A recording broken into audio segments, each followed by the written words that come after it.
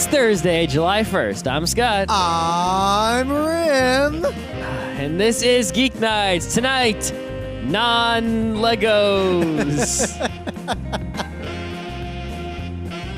Let's do this. So, Scott, you want to start with the fireworks or the bedwetting? Why did you... If you weren't going to say it, I was going to say it. Nah. I mean, our listeners, they don't get the 5 seconds before I hit record. They're not supposed to. That's why it's before. We have to come before.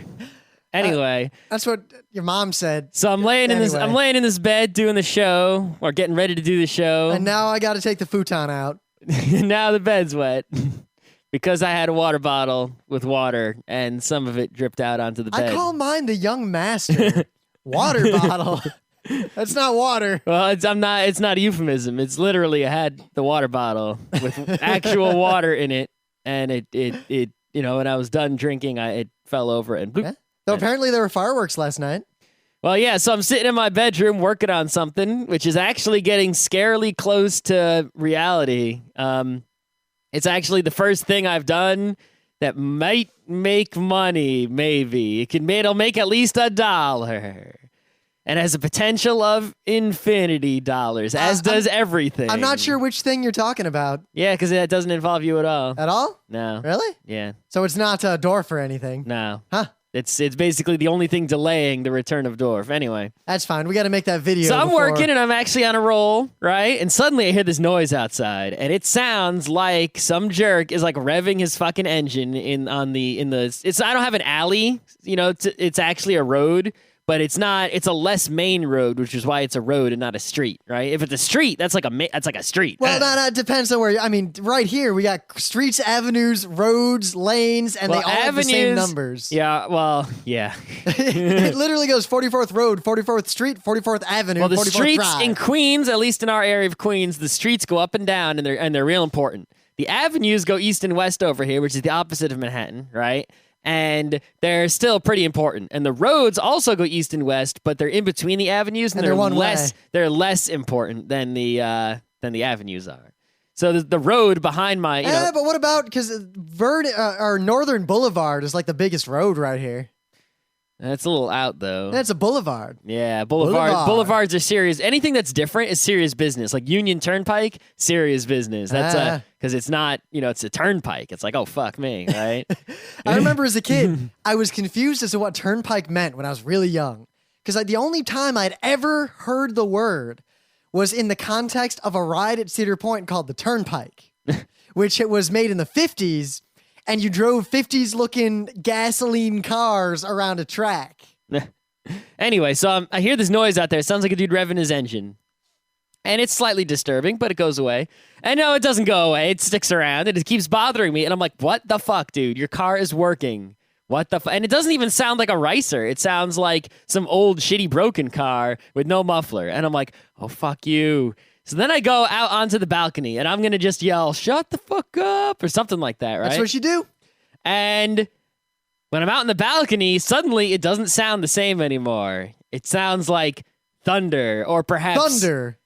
Thunder! Or perhaps cannons, and there's lights, like, flashing. I can't see around the corner from my balcony, so there's some flashing going on. All right, so my question is, at this exact moment... Did you suspect fireworks first, or were you still confused? Well, I knew it was equally one of three things. Either lightning was around the corner. Possible. There was bombs around the corner. I guess possible. Or fireworks around the corner. And so I go to the roof, which is on fire. No, it wasn't, sadly. Anyway, I go to the roof, and there's like 4 or 5 neighbors already chilling up there, and there's some firework action. And I'm like, oh, come on, seriously? It's like you can't hold it in until Sunday? Are you like testing it or something? Testing the launch tubes? Or are you fucking like getting rid of some extras? Or what the hell are you doing, guys? Might have been a different festival. Where were they? Over the river? Yeah, it was out on the river. So they must have been testing, right? Huh. Or getting rid of some excess or something. I don't know. But yeah, those fuckers. I tell you about the karaoke guy that I had to dispatch. You did dispatch? So, we live in the fancy, like, big building, and we're in the bedroom, and it's really late. It's like 2 in the fucking morning. All right. And there's this guy, and it doesn't bother me during the day because I don't hear it during the day, And even if I'm home, like I wouldn't be in the bedroom. But because the bathrooms like are connected to this positive air pressure thing. Yeah, I have that same problem. If you're in like my kitchen, there's a vent, or in my bathroom, there's this vent, and I can hear like adjacent people through the vents. But if I, close the bathroom door and I'm, not right in the kitchen, I can't hear anything. See, we can't hear adjacent. We can only hear up, down, and only it's up, down adjacent. It's not left, right adjacent. But only in some of the bathrooms, because not all the apartments have 2 bathrooms. Ah. So the second bathroom, which is connected to the bedroom, there's a dude who lives above us who sings karaoke in Korean terribly. Like, how can he even... Is he maybe he's playing Korean rock band or something? He might be, but it's only him. I never hear anyone else. Okay. And he sings the same fucking songs. You sure he's not singing in the shower? No, he's definitely not, because he's got a stereo going. He sings the same fucking songs over and over and over again forever. Which is fine, because I usually don't run into it. Like, I'll go to pee, and I hear it, and I'm like, wow, that guy really sucks. Dude, you should record him and put him on the internet. One time, I just started singing back at him. I was like, what did he do? And he stopped singing. And then the singing went away for a while. I think at that moment he realized people could hear him. Yeah, maybe. But he seemed to have forgotten that, because it was like 2 a.m. and he's singing 2 a.m? and louder and louder. He must have been drunk. And louder. That's why. So finally, I just get up and I go into the bathroom. I stand on the toilet. You could hear him in your bed all the way from the bathroom? Yes, with the bathroom door shut. Whoa. So I go in there and I listen for a bit. I'm like, dude, it's fucking 2 a.m. Shut up. And he stops, and the music keeps playing, like the music, but he's not singing. And it's quiet for like a few minutes. Mm-hmm. And then the song stops, and then another song starts, and then he starts to sing again. So I was like, what did I just say? And then I hear like a scramble, and the music stops. Dead silence the rest of the night. You should find out who it is and go to the doorman. I know who it is. It's the apartment. It's the apartment directly above me. Oh, well, then you can go knock on his door. Yeah, if it happens again, I feel like I should just record it for a while and then just leave like a USB stick with MP3s of him singing like under his door. No, you should go up there. Well, right? clearly, Scott, the USB stick is also a virus. No, what you do? You ready for this? This is the guaranteed win. You ready? I'm a I had a couple ideas. Yeah, now there will be demonstration of my genius. Are you ready? You go and you knock on his door. He opens the door. Vuvuzela in the face. That's it. Done. Why not just play the Vuvuzela through the vent? Because it'd be so much louder if it's just right in his face. I don't know. I kind of like the just singing back at him as loud as I can. No, Vuvuzela is made of wind. Vuvuzela. Anyway. All right, let's check some news out. You got some news? It's Thursday. No. Yeah, this is basically, have to do news. There is nothing happening in the world. There's tons happening, just nothing. I have a lot to say. All right, there's news about homeopathy. I'm going to say the same thing I always say. It's not a big deal news. There's news about like a kid getting arrested because he made a bomb out of dry ice. Not a big news. Yeah, well, no, it's more that all the news, all of you out there know exactly what I'm going to say about it. The BP oil spill, you know what I'm going to say. Politics, you know what I'm going to say. So, I don't know, what do you have? So there's a big Steam sale going on. What are you going to say about that? It's basically I haven't bought any. I bought one game for $2.50. Wait. So you have nothing to say about anything. So instead, you say that you have nothing to say about the Steam sale. No, what I have to say about it is that it's kind of weak sauce compared to their usual sales where it's like, oh man, I got to buy some of everything. This is sort of like, where's the beef? You know, they got wicked low prices. Where's the beef? That's your reference. But I don't think any of our listeners, or at least 99% of them, have no idea what that is actually from. Then let them go to YouTube and find out. That was barely our generation. That was like the beginning of our generation was the end of that. Well, it's tough shit for them. Anyway.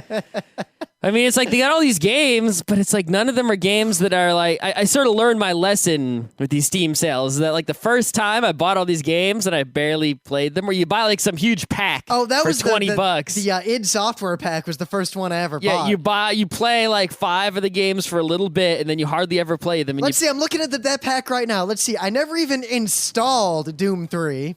Or the sequel to Doom 3 that I got. I definitely didn't beat Doom 3. I never even played it. I played like a little bit. I didn't install Indiana Jones or Hexen or Heretic. I played those back in the day. Loom, Master Levels, Quake 2, Quake 3, Quake 3, Quake, Castle Wolfenstein. Yeah, but basically, you got, you get all these games, and even though it's only $2.50, right? It's like, hey, $2.50, that's a fucking breakfast sandwich, dude. And if I'm not actually gonna play these games, I basically took a breakfast sandwich and threw it in the trash. So even if a game is a crazy low price, if you've played it already, or if it's not something you're actually going to invest a lot of time in, it's not worth it, even when the price is wicked low. So, like, look at this. Well, think about what this means. It's the same thing, I don't really want to talk about it on Thursday, but that whole the ASCAP thing that's happening right now. All right. It's the situation that, everyone thinks us nerds are always mad about piracy and we're trying to fight for the right to pirate. But even way back, all we care about is the fact that so much stuff is free and we have so many options of entertainment that piracy is nothing compared to the fact that we're just apathetic about the majority of media. Yeah, the only reason that, I think, for piracy, right, is you have made something so difficult to obtain, and I happen to want it now-ish, so piracy's an option. Now, bear in mind, if you had made it, available for $1 like Steam does, and I could have just gone and got it, I wouldn't have pirated because that's a pain in the ass. But at the same time, you made it a pain in the ass. At the same time, even when the game is $1, I'll sit there and I'll look at Steam and I'll be like, that game's only $1. People said the game's pretty good. And I'll look at it and I'll be like, do I really want to pay $1? And it's not like I'm going to say, fuck them, I'm pirating it. I just don't play it. Yeah. It's not even worth free to me, let alone $1. I know. It's like, should I install that thing and take up space on my hard drive? I mean, I have to click and wait and get some bandwidth. It's going to take up like 20 megs. Yeah. I mean, if I'm not actually going to play it, why would I do that? Wow. I guess I have Team Fortress Classic. Well, so does everyone. Yeah. The Dig, right? Commander Keen. God, that's not Why even do you installed. have the Dig? I don't have the Dig. It came with some pack I bought, I guess. What pack did you buy? I don't even know. Do you have other LucasArts I think I have adventure every games? LucasArts adventure game. You have like Monkey Island and Loom? And I think I have all of them. Really? I never bought that pack. Well, I guess I did. I played some of those on Scum VM, though, like a year back, though. I played Full Throttle I got to say, of all those games, we don't want to turn this into Tuesday show. Quest for Glory 2 is like... That's not a LucasArts game. I know, but like that style of game, click on stuff, type stuff, walk around, solve puzzles. That's the only one that I could actually play again. I like the later King's Quest because you right click to change your cursor and then you click on all the Quest for Glories are like that except 2. Oh, okay. Except the Quest for Glories are actually decent games, but the Scum VM games, this may be heresy for some of you gamers, they're not even really games. No, they're basically... Like, at least Quest for Glory, the puzzles were like actual puzzles, and the games were mildly open-ended. It wasn't just crazy fucked up logic. So you get a FAQ, and then you basically now that you got a FAQ, it's basically a movie. But because you've got a FAQ, you're not seeing all the alternate pathways to failure. You're only seeing the success. Oh, we did a whole panel on that. So a lot of the humor is out. And then, but the thing is, the failure really isn't fun at this point in my life because it takes a lot of time. And when I was younger, it'd still be great. And it's also no longer funny, most of it. Yeah, well, I think part of it was, that game you were just playing on the iPhone where you mix things together to make other things? Yeah. Scum VM games are the same thing. They're just a novelty generator machine, and eventually you expose all the novelty, and that's it. Yeah. They're barely You're games. just better off watching them on YouTube than playing them. Yeah, unless you're under the age of 6 or you got nothing better to do, I guess. Mm-hmm. Those are good games for like laptop, 12-hour plane ride, can't sleep. Very good. That's pretty much where I play a lot of games. Oh, God. So, I'm going through these games, listing them right now, and you know what I see? Civ 4, Beyond the Sword, Warlords, Civ 5. Because I own it, and I can't play it yet. I didn't pre-order it yet because you know why? It doesn't matter if I pre-order it now or at the last minute. So why rush? I could, maybe it'll be $1, maybe it'll be cheaper, later. I got something for pre-ordering it. Well, then again, someday. It could be more expensive later. Yeah, I think I got something, but I'm not sure. I'll pre-order it just because I know I'm gonna play it immediately, right? So why I not? don't even remember pre-ordering it. It's just here. All right, what do you got over there? I don't really have much, actually. All right. I don't know. It's summer. Heat wave's coming, maybe. That's going to be cool. Yeah, I'm looking forward to it. I'm just chilling, There's a holiday this weekend, so who knows what... let's save that. Yeah, we're having some sort of party. For the meta moment. For what What could we possibly have for the meta moment for that? That's more That, meta you know, the moment is show, like, there might be a disturbance in the show next week all right, yeah, I guess we'll talk about that. because of Independence Day. Now, I mostly got the fact that my whole hopper has been basically pushed back by preparations for Otakon and Kineticon and PAX and other big things that we're planning. Yeah, they really sort of infiltrated my hopper quite a bit. Yeah, my hopper got pushed back severely, but we've got a couple of videos coming. I guess we're getting into meta again. Yeah. I don't know, it's Thursday. I got nothing. I really just want to play Counter-Strike right now. What? Of all the things I could do I right want now. to, you know what I really want to do right now? Eat dinner. I had a big ice cream. Oh, you know what? I'll mention one more thing, right? So near my office, there was this place I used to always get a breakfast sandwich from. All right, that's bad. Don't do that. I'm thinking about learning the song from Hokuto no Ken. So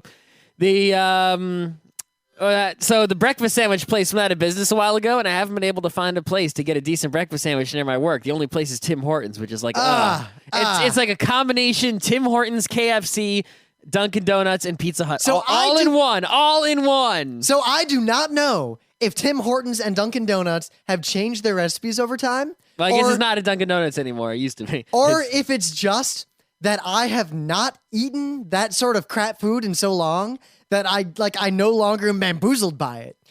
But I ate a Tim Hortons breakfast sandwich the other day. And it tasted like sugar.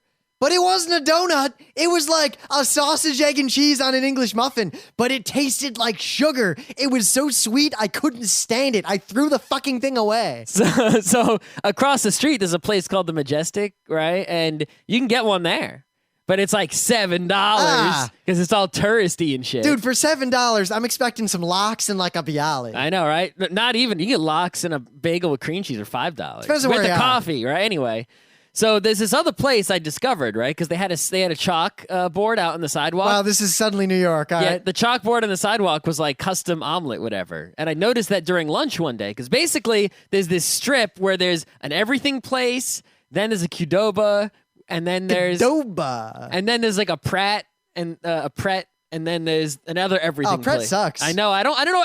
All these people in my office like the fucking Pratt. What? It's just like cozy. Like, why do people eat at these places? I don't know why anyone eating the sandwiches that come in a cardboard box. Please. Well, God. Cozy don't even cook their food. You order like a hot pizza that it's not even cooked. At least Metro Cafe is like, you know. Thing is, I got a bunch of tweets and people emailed me when I tweeted out like, yeah, fuck you, Cozy. You've crossed me for like the 5th time.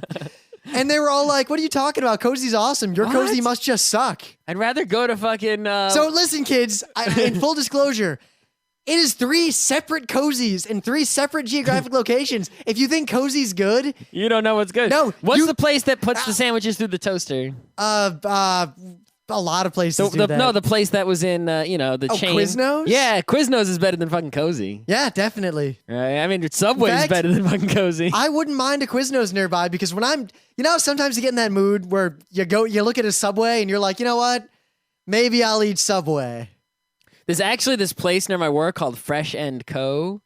Oh, those places are pretty cool. It's actually like the sandwiches they have there. I was gonna say cool, and then I said good. You can get a sandwich there that's Quiznos style, but it's like 10,000 times better. Anyway, and it's so cheap, it's like $6. So there's 2 everything places, right? But one of the everything places is only lunch, right? It doesn't do breakfast or dinner, and it's better than the first everything place. So we've never actually been to the first everything place because the second everything place is just so much better.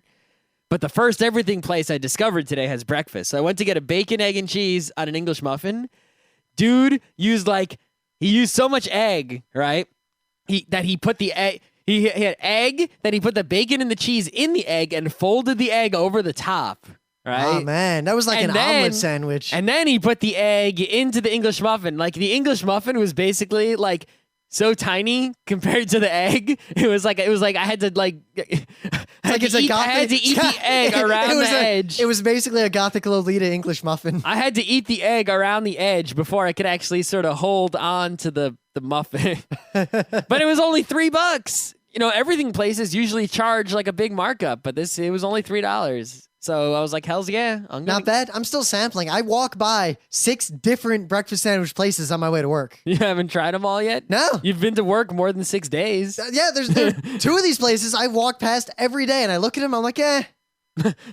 Well, just go to one of them on Tuesday and one of them on Wednesday. Yeah, the thing is, usually I'm either running late or like they don't grab me and I walk past them and go to a place I've already been to because while they're not the greatest, I know they're at least acceptable. Well, you can, just try it out. It's not going to poison you. Yeah, but so imagine you're in this situation. You're really hungry. All right. And you have a choice of a place that you know is acceptable, not good, but acceptable, or an unknown quantity that looks a little shady. Well, if it looks shady, I'm not going to go there no matter what. Because if I get the equivalent of a Tim Hortons sandwich, what am I going to do? Throw it away and go to another place in the same morning? I would just eat it and deal with it. I'm done with that. I've started, if something's really bad, I just throw it away. But what if you're missing out on an awesome sandwich? Yeah, I'm not That just happens to be in a shady place. Yeah, that could be, but the thing is... I went to the place I went to, the everything place that I went to and got this breakfast sandwich is the shadiest looking everything place we have. The place that I keep walking past has had 2 competitors spring up like adjacent to it. So I have a feeling there's something going on.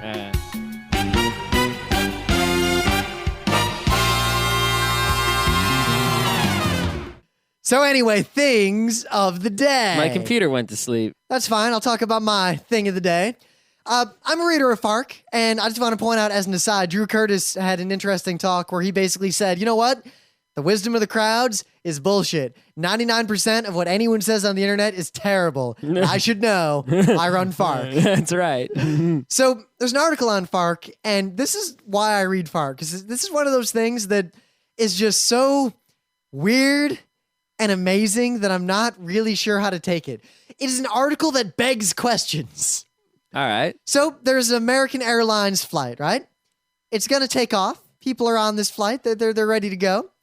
They get stranded on the thing. No, they don't get stranded.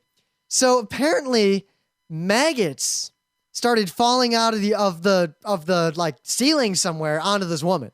Okay, so it was obviously there was some sort of meat in the overhead compartment that was left there by a previous passenger, and they failed to clean it out as per the requirements that they clean the airplane after each flight. No. So what they found. So obviously they take the flight back. There's a minor emergency. They're gonna figure out what's going on with this maggot infestation. You don't really need to go back for that. You can just land at the nearest airport. No, they didn't take off yet. So they taxied back to the terminal. Okay, that's fine. And they sit there and people look around. They're wondering if maybe it's like something in the ceiling. Maybe there's a problem with the airplane. Maybe somebody actually brought maggots onto the plane in their carry-on. So apparently there was a suitcase brought on by one of the passengers, just a carry-on, full of meat that was full of maggots. And it was leaking maggots all over the place. Uh-huh. Now, how could this carry-on suitcase have been so sealed that maggots weren't falling out during that security check and everything? And then suddenly, maggots when it's on the plane. And how come the maggots weren't killed by X-rays? I don't think they would kill the maggots. Maybe it would multiply. That's why they started spilling out. They were strengthened by the X-rays. They were now radioactive, super strong maggots, and they busted out of the luggage with their superpowers. But like the Hulk or Spider-Man. The article doesn't tell you anything more than that. It's like, they found the suitcase, there were maggots in it because of spoiled meat in the baggage. And it doesn't say anything else. What kind of journalism is this? Obviously, we want to know who brought it on, why they brought it on. I want a police interview with the person. See, you brought a bag full of spoiled meat. Were there maggots in it when you put it in the bag? Were there maggots when you took it out of the bag? Why didn't you put it in a refrigerated container and send it by next day FedEx? See, that doesn't bother me that much because I'm assuming that this is a person who willfully put meat, possibly spoiled meat, in a carry-on bag, probably not even in plastic. Are you sure it was actually meat? It could have been bad bathtub cheese or something. It says meat in the article. Was it just a dead animal or was it actually a proper cut of meat? They don't say. There's a little video of the maggots. It could have just been someone's pet died, in the carry-on? In the overhead container? Well, no, he died, and then he was bringing it somewhere to a pet cemetery far away, so he just put it in a carry. But then, cut back to our wonderful Homeland Security people. You think they would have noticed the skeleton in the X-ray? Don't talk to me. This newspaper people. He deboned it. The people who say, newspapers Was it fish? It could have been fish. When newspapers go away, that we're going to lose journalism. There already isn't journalism. This article told me nothing that I needed to know. Well, I mean, there already isn't journalism at 99% of newspapers, right? It's pretty much because all the local newspapers, they get all their news from the big newspapers. And basically, there's only actually like 2 or 3 sources of actual journalism. And at those sources of actual journalism, such as New York Times and such, the majority of the journalists there aren't actually real journalists. So it's like you have the smallest percentage of journalism places have a small percentage of actual journalists, and that's it. So, yeah. It's going to bother me because I'll never be able to find out what the deal was. You know, you would have been better off not knowing it even happened. I know. Thanks, Fark. That's why I don't read Fark. But it's one of those things, I would love for there to be a website that was like a collaborative thing that was designed solely, integrated with phone apps and everything, to geotag, like give location coordinates and things. And basically, it's a what the fuck website where you just say, what the fuck was up with this? And you give as much information as you have. And then maybe other people will tell you what the fuck it was up with, whatever it was. You're wondering what the fuck it was up about. Like, you're walking by and like a boot just falls from the sky, like lands in front of you. And it's full of like gerbils and they're fine and they run off. You're like, what the fuck? So you post. Then the guy's like, yeah, drop my gerbil boot. It was Kuribo's shoe. So, what is, here's my thing of the day, right? What is, man? No. What is the best Gundam of all Gundams? Freedom. That's right. Freedom Gundam is the best Gundam. So, here's a video. And in this video, this guy builds Freedom Gundam. In fact, he builds the same exact Freedom Gundam model that I have. Which is the first Gundam model ever built. The 1/100th Freedom Gundam. All right. He does it fast forward, right, in the video. So, it takes a few seconds for him to do that. Then he builds another Freedom Gundam model that happens to be 4 feet tall, but that is not the important part. The fact that it was large. That is not that impressive. The impressive part is that he makes it out of paper. He basically prints out 178 sheets out of his desk jet, and he gets an X-Acto knife and some glue and some folding in his hands, and he builds a 4 foot tall Freedom Gundam exactly like the plastic one. Whoa. And he basically does this, also in fast motion. So it took him 2 weeks of sitting on the couch with a piece of cardboard on his lap and, scissors and whatever. But it takes you about 4 minutes to watch. So you watch 4 minutes of fast forwarding. You can see what the funniest thing about this, right, is you basically get 4 weeks of this dude 2 weeks of this guy sitting on the couch, building this model. And you see people occasionally come to sit with him on the couch and just sort of chat him up. And you notice, like, these people sit with them on the couch, like, they're just, like, flipping around with their cell phones or whatever the whole time, or just not doing anything. And this guy, he's building something. So don't be the guy with the cell phone. Be the guy making a model out of paper. All right. Don't be the other guy. And also, 4 foot tall Freedom Gundam. Oh, fuck. Not bad. Shit, yeah. All right, Fark did a little bit of digging. It was a woman who brought the suitcase on, and she was on the flight, and that's all they know. No one asked her? I don't know. This is just Fark being like, hey, here's the best we can come up with. Call her on the phone. Be like, why did you have meat? Bonus points, there's a screenshot someone took and they posted on Fark of the article, right? And there's contextual advertising on the news site that reported it. For selling maggots? Selling meat. Yeah. And the first post, carrying luggage. That's a good joke. The rest of the posts are garbage.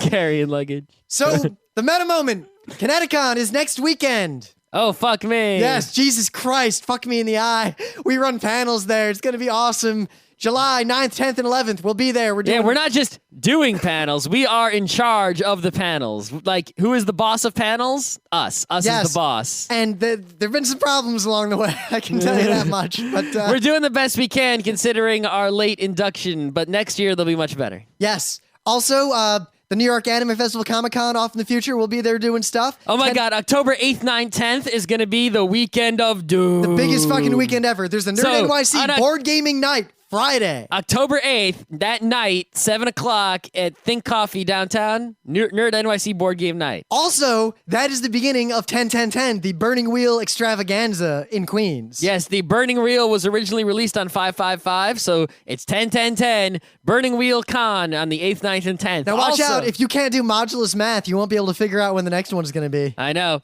And, even worse, right?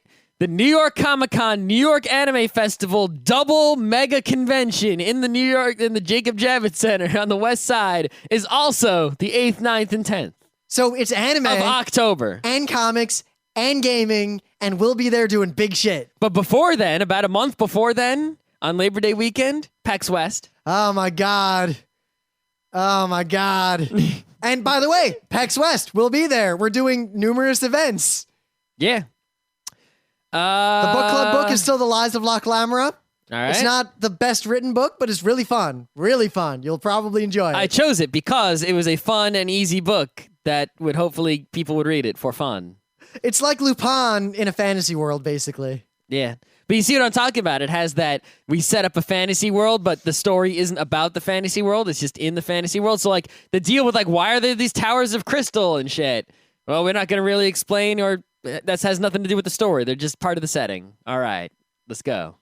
Yep. I don't know what other meta we have. Next week, basically for the next 2 weeks, Geeknights will be on Yeah, you again, may off not live again. in the United States. You may not know that it is the 4th of July this weekend, which means we don't have to work It's on the Monday. day where we kicked your albionic asses. Right. So that means that who You knows like my alliteration? who knows what kind of shows we're going to be doing next week, considering like Friday, Thursday night or maybe Friday morning we're running off to Kineticon, and Monday we don't have work. So it's pretty much a Tuesday, Wednesday, Thursday next week, and who knows if I don't think we're going to do any shows next week. we're going to do some show. We might do one show. What show should we do? I don't know. I got an idea. Maybe we'll do something anyway. Next week, who knows about the status of our The podcast? Shadow. Of course, but maybe not the Phantom. So we did a show on Lego. A long time ago. So we realized, we needed a show to do. And I came up with an idea, genius idea. That clearly we would do a show on Unlego. Yeah. Because there's a lot of Unlego, so that we can definitely cover enough, material to make an entire episode of Geek Nights with talking about all the various Unlegos. So Pick an Unlego, you shall begin with it. see, it's tricky because what we each pick as our first one will say a lot about our personalities, I think. I think it's actually just going to say about what I have the most to talk about. No, because the one that I think stands out the most in my head is Tinker Toys, because nothing else was like Tinker Really? Toys. That's the one with the little wooden balls with the holes and the sticks. Yes. I actually, I knew Tinker Toys, but I never really had them. I think my Tinker Toys date back to World fucking War One. I know my grandma, I think, had one bucket of them, and I know some friends who had There them. are also Kelvin played with them in Kelvin and Hobbes. Yeah, but I never really had them or used them that much or really I explored had a whole any set. of their They possibilities. were great. They were, in my mind, they were much more kind of. There was a lot more you could do with them. They were just more versatile and more weird. You could make big, weird contraptions, the likes of which you really couldn't make with other things. Yeah, but they didn't really move. Nothing back then moved. Oh, yeah, it did. What construction or constructo?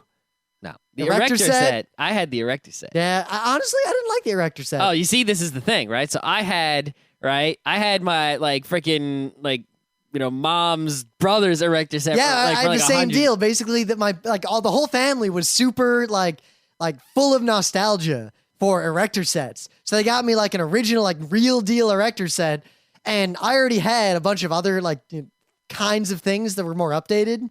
So the erector set was kind of just difficult, and I couldn't make anything interesting with it. See, I had this old Erector set, right? And it had all this crazy, it even had a motor and some crazy shit. I couldn't even make it work because it was just so old and crazy. But the thing that was awesome about the Erector set, right, was that you had actual screws and nuts. It was like you're actually doing for real hardware. It wasn't like some, snap together child friendly thing. It was like, here's a bunch of pieces of fucking metal with holes in them and screws and nuts that are the right size for the holes.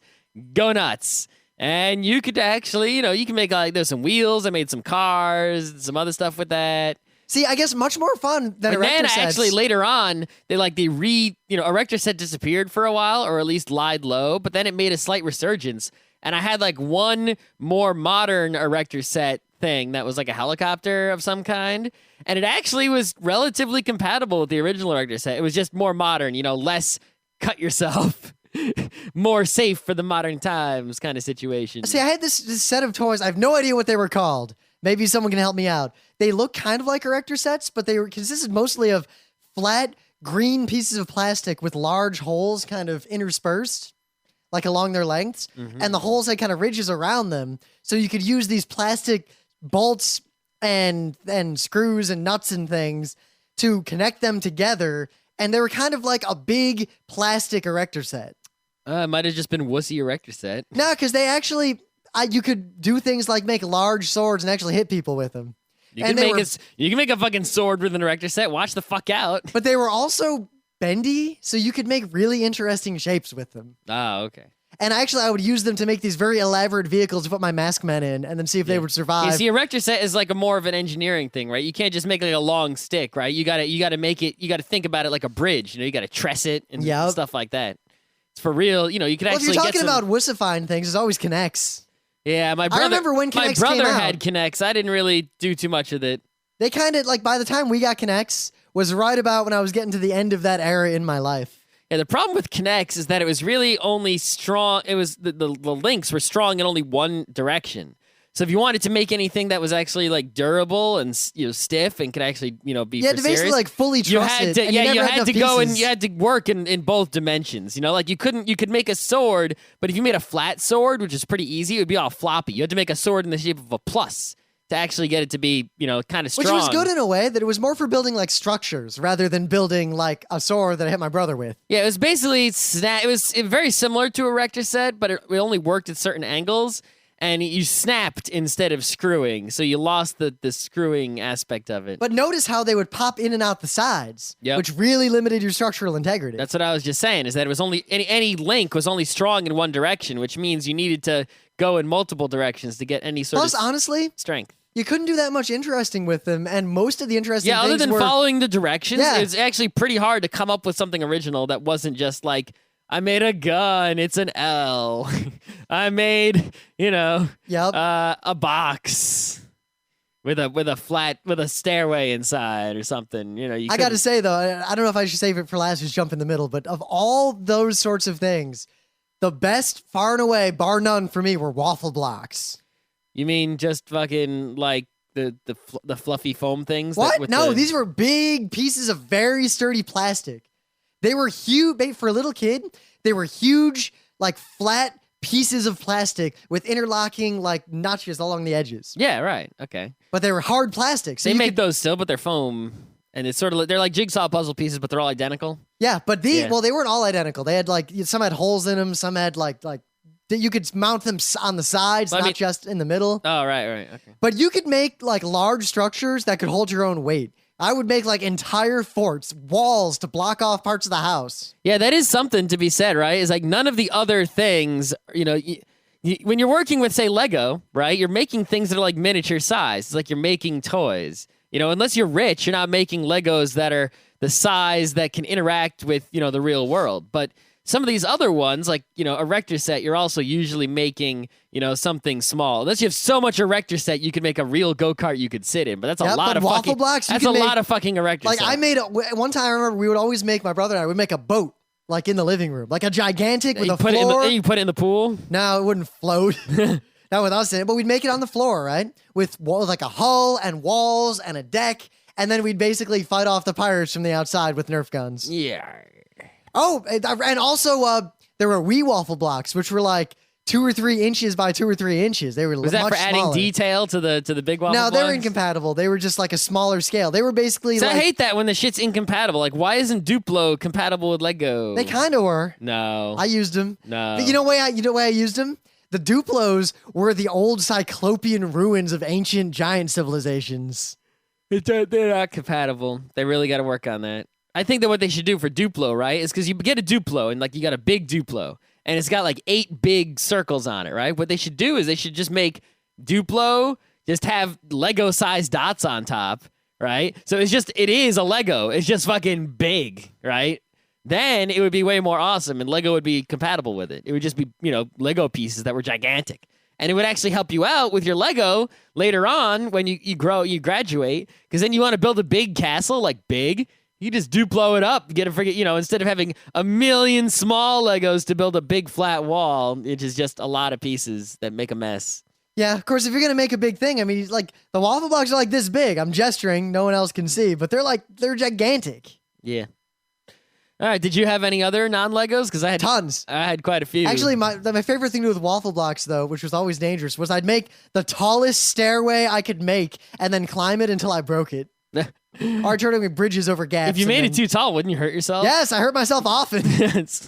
I guess that makes them the most dangerous non-Lego, right? Because the other ones are not dangerous at all. I would argue that actually the Tinker Toys were the most dangerous. What? How so? Because they consisted of hard, brittle, easily snapped into basically steak pieces of wood. They're little tiny sticks. They're no more dangerous They were like than a foot long. They're like pickup sticks. They're not dangerous. Pickup sticks are reasonably dangerous. What's that game where you pull the sticks out and the marbles fall down? Same sticks. No, they were wood. They actually, if you broke one These in are half, wooden. not like that. My pickup sticks are wooden. If you broke these in half, you could stab a kid right through the chest with it. Well, you had a serious Tinker Toy then. I think that's just the way they were. I never saw a Tinker Toy that was that serious. You ever snap one in half? They snap into basically a stiletto. Alrighty. I see that you had much practice with stabbing. You have a third sibling that was murdered. I don't know. The other ones I had, if I think back, the ones I actually used quite often were Lincoln Logs. Yeah. And really, you couldn't do anything with Lincoln Logs except make log cabins. Why was it so satisfying though? But it was like, and the only pieces you had were long, short. You had the one that was half, so it was flat on the bottom. Oh, so I had more. You had the green slats. I had the green slats and the plastic things that held together the green slats. See, I didn't use those. Oh, really? Those were wussy. But, you had the sizes. So how did you hold your roof together? So, the sizes, there were the 3 long ones with the notch in the middle. And there were 3 ends. long ones. Yeah, right. Yeah, okay. There's the 2 long ones, like the short ones, and there's the 1 long ones. I know. Yeah, the 1 longs, right? I forgot about those till you mentioned it, but yeah, I do remember them. So I would use those to make columns. Uh-huh. And I'd use those to make structures that had like awnings and arches coming out of them. Or I'd have like a deck 3 stories up with a column coming all the way down. See, my problem is I just didn't have enough Lincoln Logs. I pretty much had 1 log cabin. And that was it. So I couldn't I also had 4 long ones. Oh, shit. Yeah. I didn't have any. So I just had like a set that was like a single log cabin set. So I couldn't really expand a lot with my Lincoln Logs. But now I wish I had more. See, so what I would do with them is I usually make Do they still make that shit? I'd assume so. Yeah. I'd make big like structures, but instead of using the slat holding plastic, I would put the slats flat across the top and build another structure on top of that one. I fucking love my Lincoln Logs. And then I'd like put a firecracker at like the base. Yeah, I think Lincoln Logs, like, they don't get enough respect or attention, but I mean, the fact that we both had them and both liked them and used them a lot, like, I pretty much second to Lego, I was using Lincoln Logs. Yeah. You know?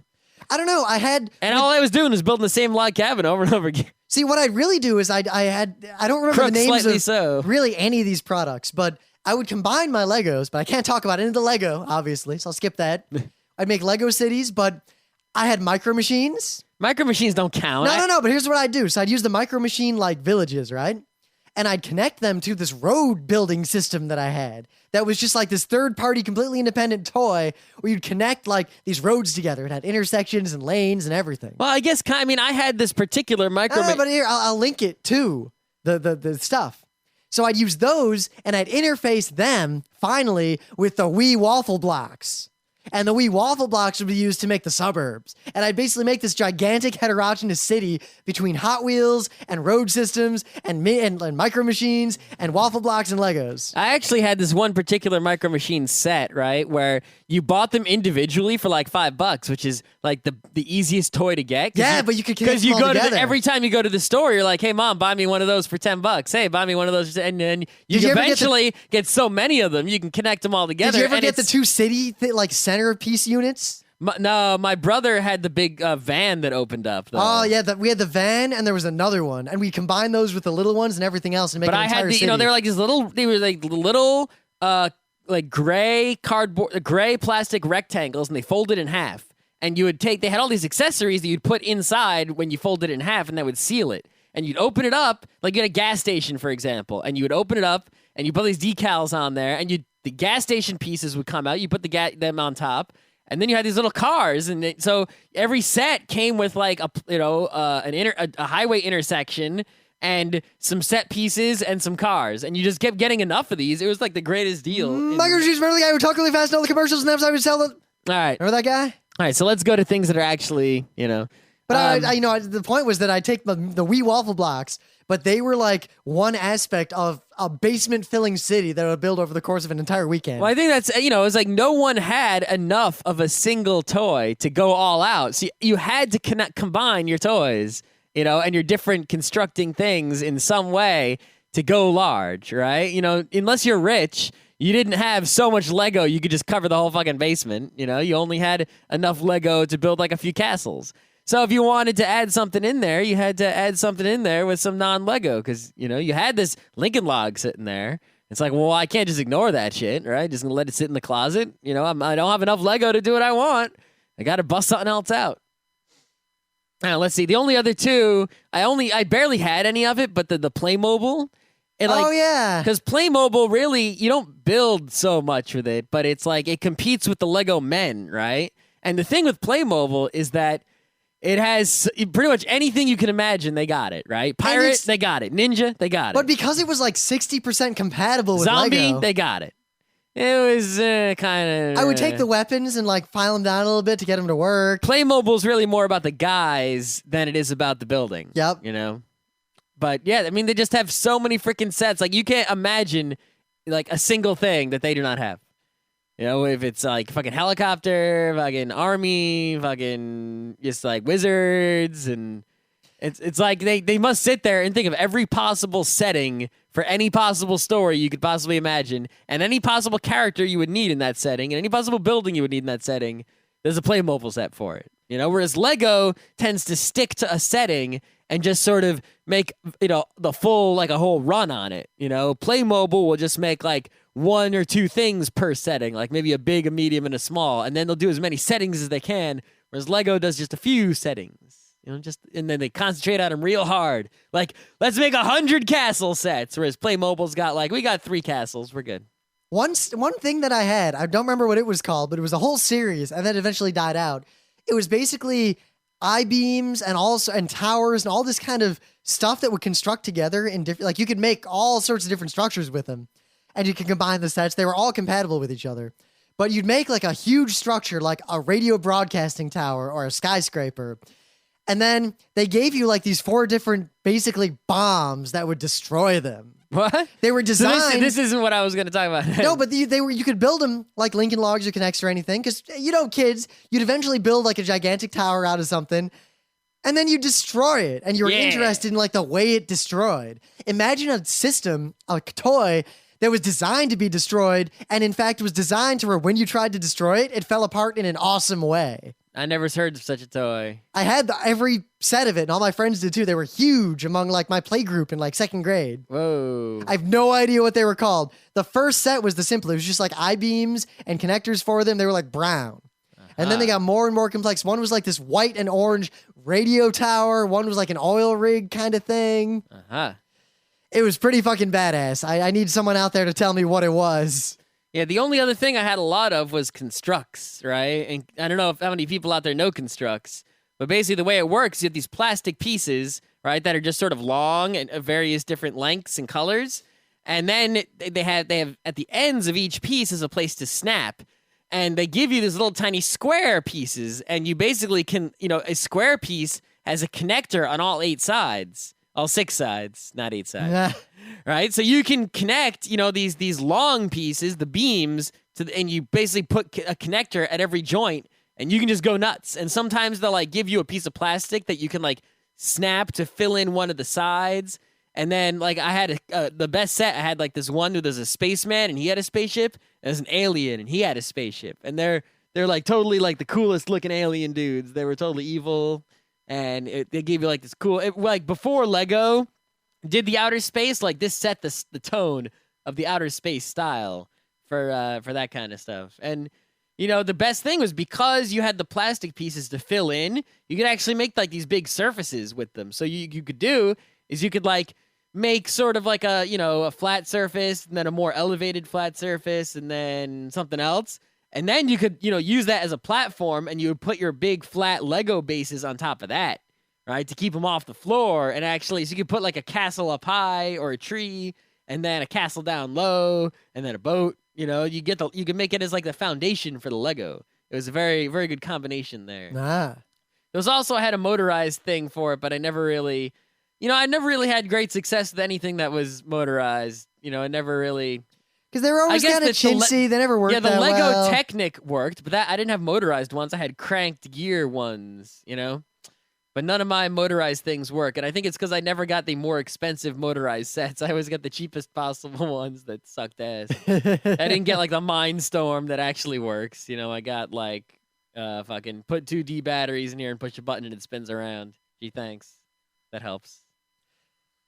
I think that's all the ones I had. Yeah, we couldn't come up with much else to talk about. You didn't have any others? Not that I can recall offhand anymore.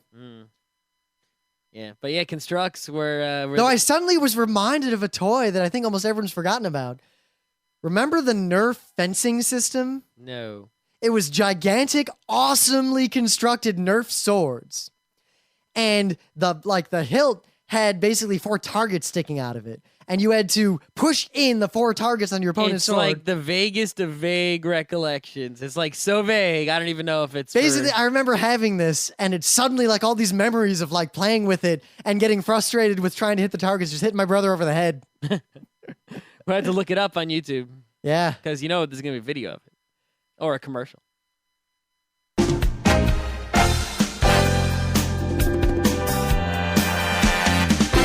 This has been Geek Nights with Rim and Scott. Special thanks to DJ Pretzel for the opening music, Kat Lee for web design, and Brando K for the logos. Be sure to visit our website at frontrowcrew.com for show notes, discussion, news, and more. Remember, Geek Nights is not 1, but 4 different shows. Sci-Tech Mondays, Gaming Tuesdays, Anime Comic Wednesdays, and Indiscriminate Thursdays. Geek Nights is distributed under a Creative Commons Attribution 3.0 license. Geek Nights is recorded live with no studio and no audience. But unlike those other late shows, it's actually recorded at night.